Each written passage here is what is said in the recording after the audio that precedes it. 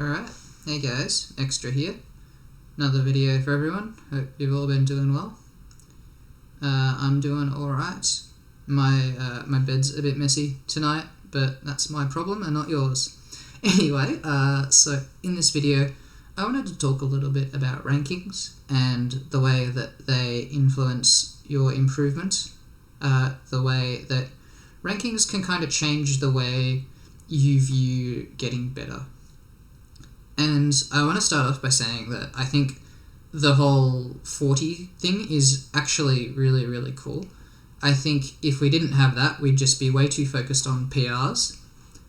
And I think that that would just be a bad thing because, at least in Victoria, the PRs are people who have been playing for ages, who are very, very good at the game, and who just kind of like dominate the scene, and it's the same people on the PR basically, like over and over, like top 8 or so is just the same people, and then the next, like the lower like 13 to 15, still very, very, very good players who would be like top players in like other scenes, but like that's a very hard like gap to bridge, and as like a newer player, I think it would be very demoralizing to not really be recognized for their efforts. On the other hand, the whole like 40 like statewide ranking, I think it's really cool. It lets you sort of like leave your mark on the Vic scene. It gives you a really cool image that you can point to and go like, I was on there. Like even as just like a HM. Yeah, I think it's really cool. I think all the work that's put into these images is like across Australia is really cool. But I think it leads to sort of less experienced players sort of falling into traps and getting the wrong idea of what it means to sort of get better at the game. So what I want to start out is by saying what the 40 is ranking. The 40 does not show how much you improved. It does not show how close your sets were. It does not show how much better you got at playing like other characters. Does not show how lucky or unlucky you got in brackets. It doesn't show your like external circumstances.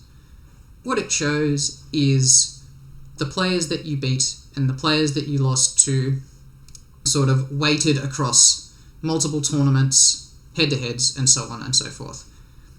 That is not really a measure of improvement at all. I think one of the very important things to remember when improving is that if you want to get better at some aspect of the game that you're bad at, then your results in bracket, unless you just go away and fucking hyperbolic time chamber and don't enter any tournaments, your results are going to get worse because you're trying to focus more on something that you're bad at, and that means it's going to be a bit more uncomfortable. You're going to be like experimenting a bit more. You're going to be picking options that you otherwise might not. You're going to be playing in a different way. Like if you want to improve your edge guarding, you might be going off stage and trying to edge guard and messing up a bunch, and then you just like the opponent gets back to stage and they reversal you and you die for it.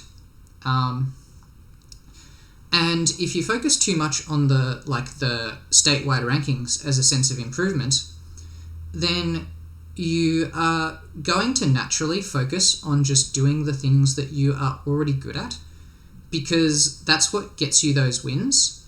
And you're just going to sort of let the natural sort of variance of the game of like, I'm going to do the thing that I'm good at, and if it loses 80% of the time, but it wins 20% of the time, then it only takes one season where that 20% of the time happens a lot for you to look at that and go, wow, look, I've improved so much.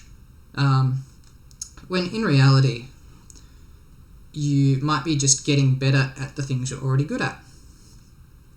The way the 40 works as well is that it turns what should be a very individual journey, I think, the sort of journey of improvement, it turns that into something that is reflected upon like everyone. Suddenly you can no longer just improve at your own rate. Oh, well, you can, but it becomes very hard to look at it that way when you're naturally going to compare yourself to all these other people. You're like, I don't want to say like you're forced to compare yourself, because you can always like not look at the image, right? But your improvement is going to look at, like, you're going to look at that image and say, I improved. Or if you go drop lower on the ranking, then you'll just go, oh well, look, I'm falling behind, like, oh, I must not have improved that much. But again, rankings are not a reflection of your improvement. And I think a big problem that the sort of mid-level players do, or like feel with the 40, is that it just doesn't encourage straying out of your comfort zone, because it feels like straying out of your comfort zone is like you're going to lose, and then your ranking is going to go down. And I think it very much discourages, in particular, learning a new character. Learning a secondary is like, it's a big undertaking, especially if you have just been a solo main. You're just used to playing the one character. Even if they're not very good, you're going to do better with that character just by virtue of, knowing how the character works, understanding how that character's tools reflect on like the opponent's tools, and just like the way you play the game is through your character, especially when that's the only character you play.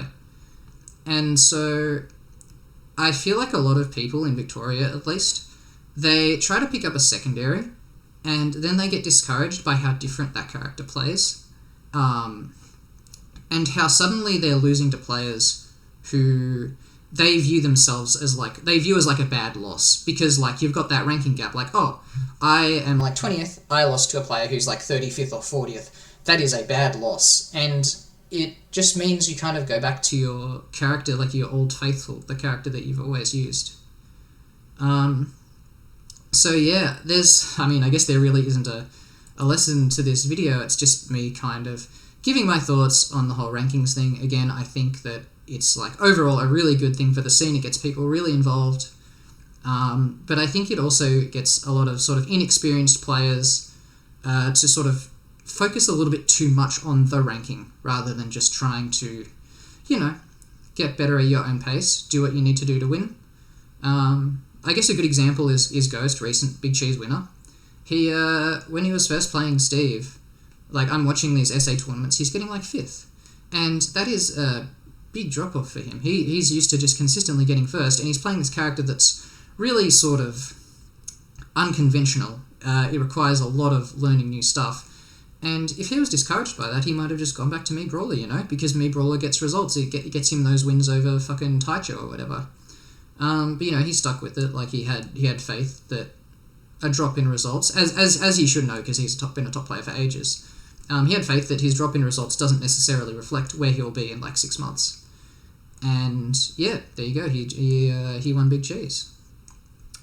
So yeah, that's about it. I have a few ideas for other videos, but I was just kind of like, I had a lot of ideas in my head, and I just kind of didn't focus on one of them in particular. So I just figured I'd get this one out there, and hopefully I'll get back to doing more videos soon. All right. Thanks, guys.